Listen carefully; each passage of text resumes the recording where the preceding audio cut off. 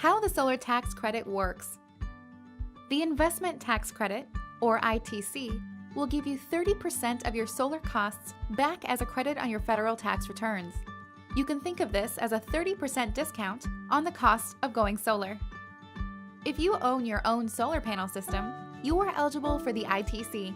However, you aren't eligible if you lease your solar panels or if you signed a power purchase agreement.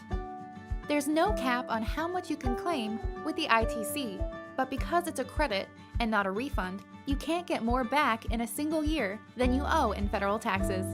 Instead, the remainder of your credit will roll over into the next year. Here's an example.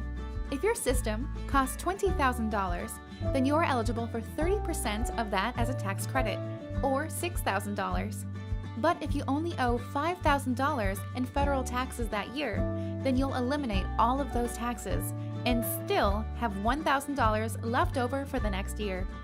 For more details on how this works, we recommend you talk to your tax advisor. Unfortunately, the ITC won't be available forever. It shrinks from 30% to 26% in 2020 and disappears altogether for homeowners in 2022.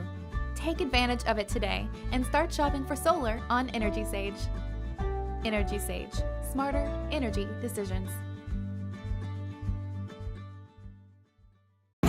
If you're not first, you're last. If you ain't first, you're last.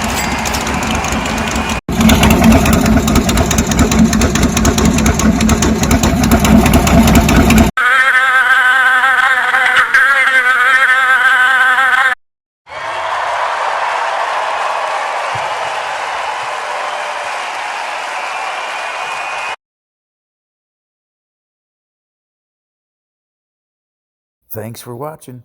Shake and make.